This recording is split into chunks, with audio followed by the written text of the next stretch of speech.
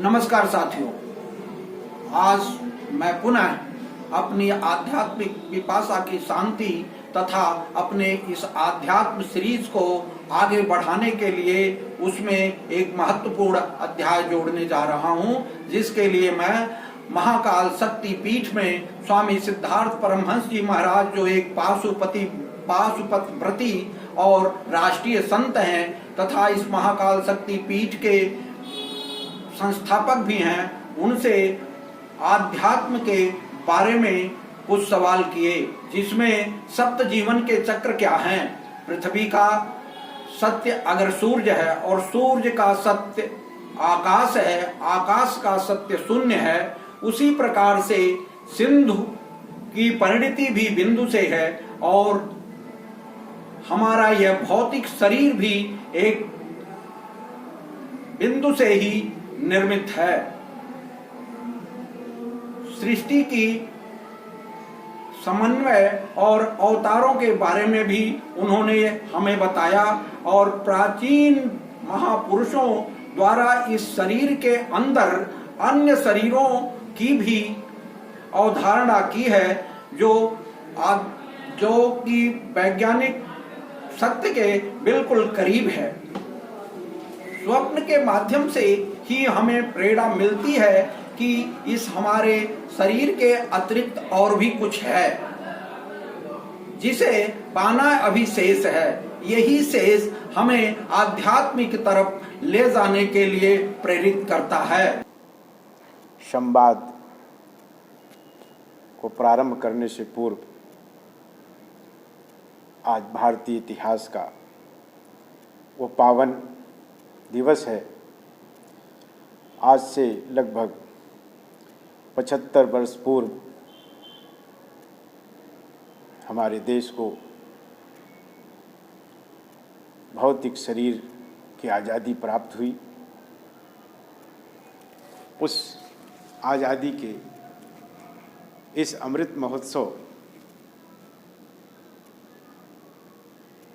जिसका आयोजन आज संपूर्ण भारतीय जनमानस कर रहा है, मैं हृदय की अनंत गहराइयों से अपने समस्त भारत वासियों को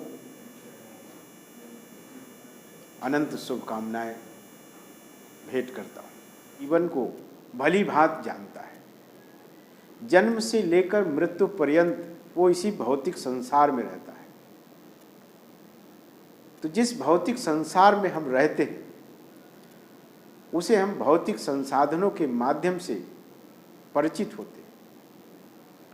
हमें स्थूलता में ही राग उत्पन्न होता है, जिसे हम देख सकते हो अथवा सुन सकते हो, स्पर्श कर सकते हो, स्वाद ले सकते हो।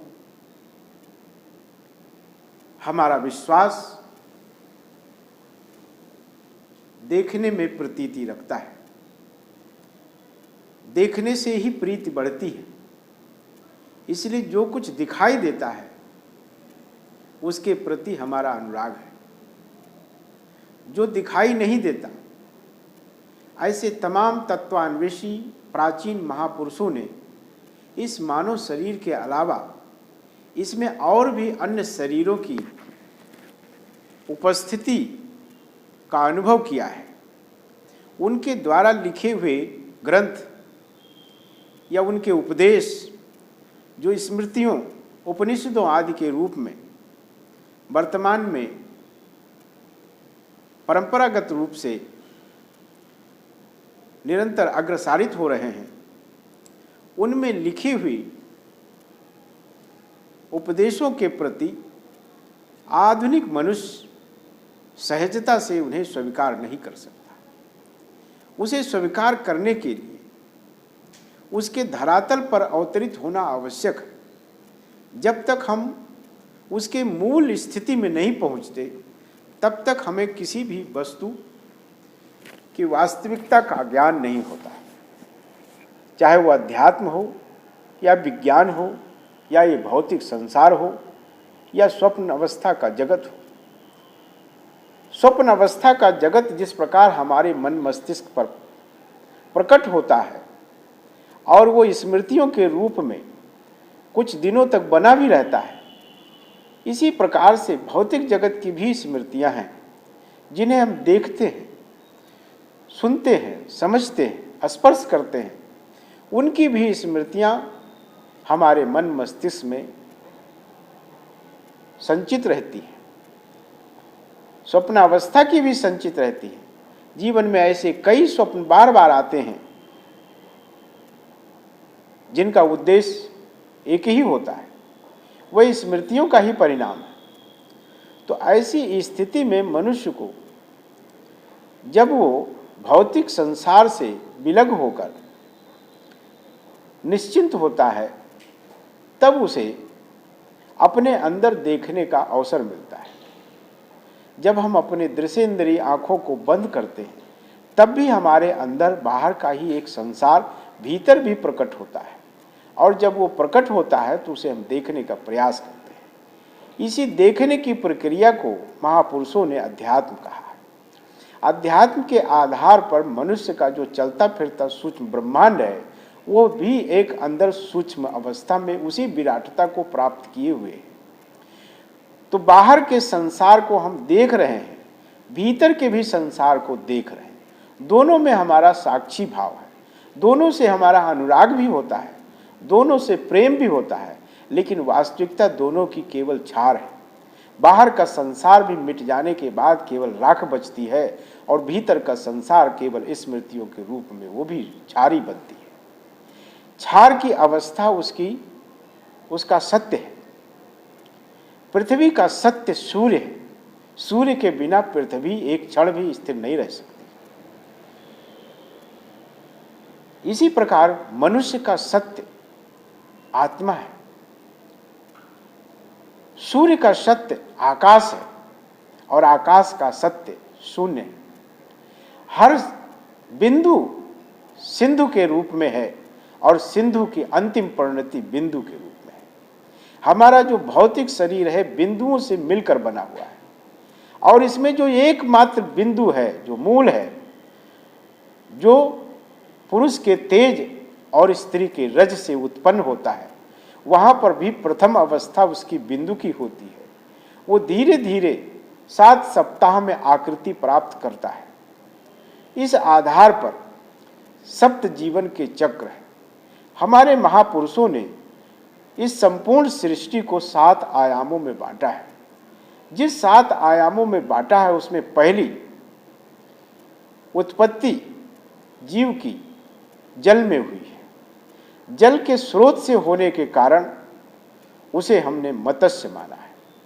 जल की सबसे बड़ी जीव मत्स्य है, और उसी को हमारे यहाँ उस परमात्मा रूपी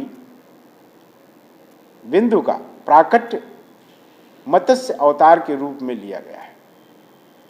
वो केवल हमारी सृष्टि संरचना का उद्देश्य है, जिसे सहजता के साथ हम अवतार कहकर स्वीकार करें और उससे बोध प्राप्त करें। यही उनका उद्देश्य था। उनका निर्देश कि सबसे पहली सृष्टि जल में हुई, जल के बाद दूसरा अवतार उस परम पुरुष का कच्छप का है। यानी हमारी दूसरी सृष्टि जीव जगत की कच्छप की है, जिसकी स्थिति पृथ्वी और जल दोनों के बीच में है। वो दोनों में अपना जीवन संतुलित कर सकता है, अपना जीवन जी सकता है। ये दूसरा अवतार भगवान का कूर्म है। तीसरा अवतार भगवान का नरसिंह है। नरसिंह जो अवतार है, उसमें उससे पूर्व पहला जो स्तनधारी जीव इस सृष्टि का सबसे महत्वपूर्ण प्राणी है, वो है वराह। उस वराह में स्तन है और वो बच्चे जन्म देता है, वो पिंड की उत्पत्ति करता है। इधर अंडज हो रहा था, अब इधर पिंड का रूप धारण करता है। तो पिंडज से सृष्टि का प्रादुर्भाव हुआ। इस संदेश को देने के लिए प्राचीन महापुरुषों ने उसे सबसे पहला स्तनपायी जीवों में से, जिसने स्तन को प्राप्त करके सृष्टि का निर्माण किया, उसे हम वराह कहते हैं। और उसी वराह यानी सुअर, उसे हमने परमात्मा का तीसरा अवतार माना। चौथा अवतार उसी परमात्मा का है, वो है नरसिंह। नरसिंह अवतार का तात्पर्य आधा नर है और आधा सिंह है, अर्थात हमारे उन पूर्वजों की वह अवस्था जो अरण्यक थी, जो वनों में आखेट के माध्यम से अपना जीव को उपार्जन किया करते थे, गुफाओं कंदराओं में रहा करते थे, उनका जो जीवन था वो उस नरसिंह अवतार उनका प्रतिनिधित्व करता है। उसके बाद पांचवा अवतार वो वामन का है, अर्थात वो जो अब खड़ा हुआ, उसने आकाश की ओर देखा, उसकी स्वरिंद्री प्रकट हुई, उसके गले का संरचना परिवर्तित हुई, जिससे कारण उसमें बोलने की क्षमता जागृत हुई। वो वामन अवतार भगवान का छठा अवतार है। इस तरह से अवतार में फिर अवतार होता है परशुराम का। परशुराम एक ऐसा अवतार, एक ऐसा मनुष्य जो आंतरिक रूप से अस्थिर है, जिसमें निर्णय की विशेष क्षमता नहीं है और वो क्रोधी है। उसने अपनी ही मां को नष्ट कर दिया, वो अस्थिर मन है। इसके बाद का जो अवतार है वो ही परमात्मा का, वो राम का अवतार है। एक धीर, एक गंभीर, एक संतुलित मानव, जिसमें मर्यादाएं हैं, जिसमें सजगता है, जिसमें अपने कर्तव्यों के प्रति निष्ठा है, एक ऐसा पूर्ण मनुष्य, वो भगवान श्री राम है। फिर प्रेम का अवतार के रूप में भगवान कृष्ण उत्पन्न होते।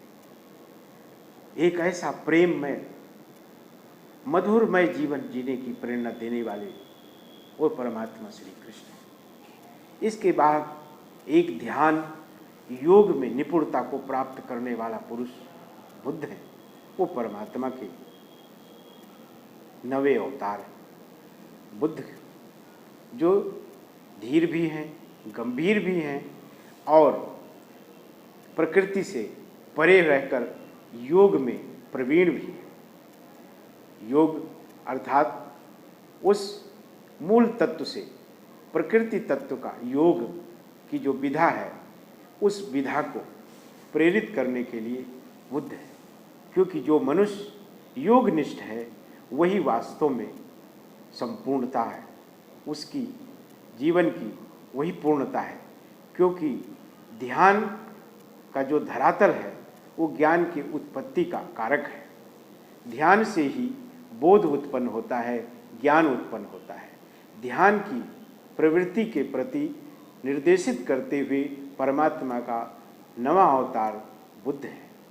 इसके बाद एक ऐसा मनुष्य इस धरती पर होगा जो अत्यंत रहस्यमयी होगा, अत्यंत गूढ़ होगा, उसे समझना अत्यंत कठिन होगा, जिसे हम कली अवतार के रूप में जानेंगे।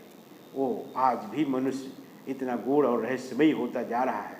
उसी के उस गूढ़ रहस्यों के उद्भेदन का जो उपदेश देंगे वो कल की अवतार में जन्म लेने वाले वो कल के भगवान होंगे। यही हमारे सृष्टि के जीवन चक्रों में उत्पत्ति के बहुत बड़े सिद्धांत को एक छोटे से आयाम में समेटने का प्रयास किया है महापुरुषों ने।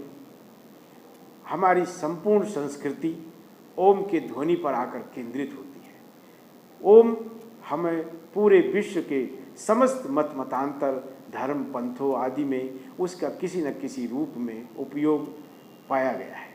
चाहे वो आमीन कहें, चाहे उमान कहें, चाहे वो ओम कहें, चाहे वो कुछ और कहें, जिनकी जैसी भाषा है, देश काल परिस्थिति के अनुसार वे ओम की विराटता को समझते हुए भारत की संस्कृति जो पूरी तरह ओम में समाहित है, ओम ही ध्वनात्मक है, जो ऐसी ध्वनि उत्पन्न करने के लिए सहायक है जिसे किसी और की आवश्यकता ना हो। ओम के बिना ध्वनि नहीं होती। बच्चा जन्म लेने के पश्चात अगर वो कोई पहली बाणी बोलता है वो ओम ही होती है। कोई जानवर भी उसे बोलता है तो ओम ही होता है, वो ओम ही है। ओम ऐसा है जो अनहद है, जिसे कोई बजाता नहीं, जो एक हाथ की ताली है, जो एक हाथ से बजती है, संपूर्ण ब्रह्मांड में बजती है। पेड़ पौधे भी उसी से जीवंत और वह भी उसी की आवाज़ निकालते हैं। पर्वत, नदियाँ, पहाड़ सभी उसी ओम की ध्वनि से प्रेरित होते हैं।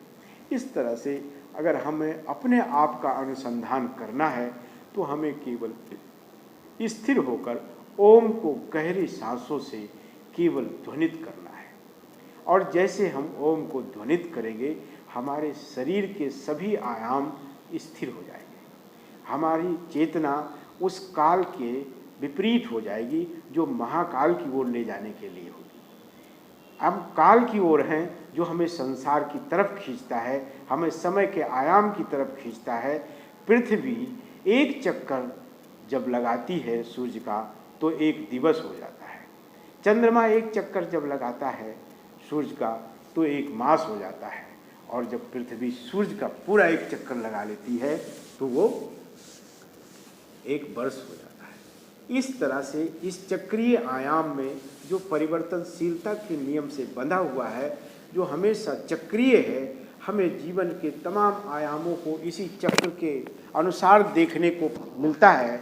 हम देखते हैं कि आज वो शिशु है, आज वो युवा है, आज वृद्ध है, आज वो मृत्यु को प्राप्त है। ये जीवन के आयाम उसके सप्तवर्षीय चक्रों का ही उद्बोधन करते हैं, उन्हीं के द्वारा उसका प्रतिनिधित्व होता है और वही उसके जीवन चक्र का आयाम है। इस जीवन चक्र के आयाम जिसे भौतिकता से कुछ अधिक चाहिए, जिसे वास्तविकता की ओर खोज करना है, जिसे वास्तविक जीवन का आनंद लेना है, वो इस संसार से दूसरे संसार की ओर जाने की जब जिज्ञासा रखता है तब वो महाकाल की ओर जाता है। महाकाल के रूप में काल के जो स्वामी हैं वही महाकाल है। भैरव के रूप में जो काल को समाप्त करते हैं वो भैरव हैं। इस तरह से हमारे प्राचीन महापुरुषों ने जिन भी आकृतियों की कल्पना की वो वास्तविक अध्यात्म के धरातल की थी। जब हमारा प्राचीन गौरवशाली इतिहास धीरे धीरे नष्ट होने लगा तो वही इतिहास जब पुराना हो जाता है तब वो पुराण कहलाता है। पुराणों में दी हुई सभी उपदेश और सभी सिद्धांत, सभी नियम और सभी आशय इसी ओर इंगित करते हैं कि हमें उसके धरातल पर जाकर उसकी विवेचना करनी चाहिए। आधुनिक अवसर के समय में हमें केवल उससे प्रासंगिकता के स्रोत निकालने चाहिए, क्या वो प्रासंगिक हैं क्या नहीं। लेकिन जीवन का जहाँ आधारभूत आवश्यकताएं हैं वहाँ हमें उसके धरातल पर जाकर ही उसका अवलोकन करना होगा।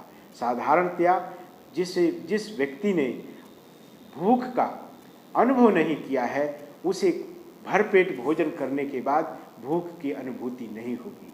जिसने प्रकृति के आपदाओं विपदाओं का सामना नहीं किया है वो प्राचीन महापुरुषों के उस तपस्वी पूर्ण जीवन का अनुभव नहीं कर सकते। जिसने नदी नहीं देखा है वो नदी की परिकल्पना नहीं कर सकता। जिसने समुद्र नहीं देखा है वो समुद्र की परिकल्पना नहीं कर सकता। हमारे महापुरुषों ने उन परम पुरुष परमात्मा को देखा है, उनको अनुभव किया है, उनके साथ जीवन जिया है, इसलिए उनका ये विज्ञान जो आध्यात्मिक विज्ञान कहलाता है वो आज भी मनुष्य के मानस पटल में बहुत गहराई में स्थित है।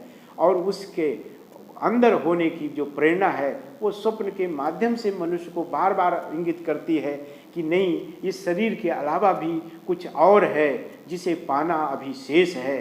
ये ही शेष, यही कमीपन हमें अध्यात्म से जोड़ती है। और जब हम अध्यात्म से जुड़ते हैं तो हमें धीरे धीरे अपने आवरण को दूर करना होता है। अध्यात्म में आने का औचित्य उसका आपको विश्लेषण पहले कर लेना होगा। हर आदमी कहता है मैं आध्यात्मिक चेतना से जागृत होना चाहता हूँ, लेकिन वास्तव में वो आध्यात्मिक चेतना से जागृत नहीं होना चाहता है। वो अध्यात्म का बहाना करके केवल सांसारिक चीज़ों को जुटाना चाहता है। और जिन्हें वो जुटाना चाहता है जो निरर्थक है, जिन्हें अध्यात्म में कोई मार्ग नहीं है उसका, जब नदी के दो किनारों की भांति है जो कभी एक साथ नहीं मिल सकते। शरीर से हमें बाहरी संसार मिलता है, बुद्धि से हमें बाहरी संसार को जानने की प्रेरणा मिलती है, लेकिन अभ्यंतर में उतरने के बाद हमें बाहरी संसार को मिटाना होगा। और बाहरी संसार को जो बनाता है वो हमारा मन है। मन को ही हमें स्थिर करना होगा, मन को ही मिटाना होगा। मन के मिटने की अवस्था ही आत्मबोध है। जिस दिन मन मिट जाएगा उस दिन आत्मबोध हो जाएगा। यदि आप संसार चाहते हैं, अध्यात्म नहीं चाहते, तो आपको संसार के समस्त सुख सुविधाओं को देने के लिए महापुरुषों ने एक सूत्र दिया है कि सूर्य जब 30 डिग्री पर रहे ऊपर, तो 30 डिग्री पर जब रहे तभी आप उसकी ओर केवल हाथ उठाकर खड़े होकर के उसे अवगाहन करने का प्रयत्न करें, उसे अपने में समाने के लिए प्रयत्न करें। आप सूर्य की ओर 30 डिग्री पर हाथ उठाएं, फिर मध्याह्न से लेकर अपराह्न तक आप किसी भी समय फिर सूर्य की ओर देखें और उसे पूरी तरह देखने की चेष्टा न करें, क्योंकि वो आपकी आंखों को क्षति पहुंचा सकता है। ऐसी अवस्था में आप आंखें बंद करके केवल हाथ उठाकर आकाश की ओर देखें। आकाश को देखना ही आपकी पूर्णता है। आपको भौतिक और आध्यात्मिक दोनों जगत की पूर्णता को कराने के लिए आकाश ही श्रेष्ठ है। वही आपको चारों ओर से घेर रखा है। बाकी तत्व तो आपके शरीर में कुछ कुछ मात्राओं में है।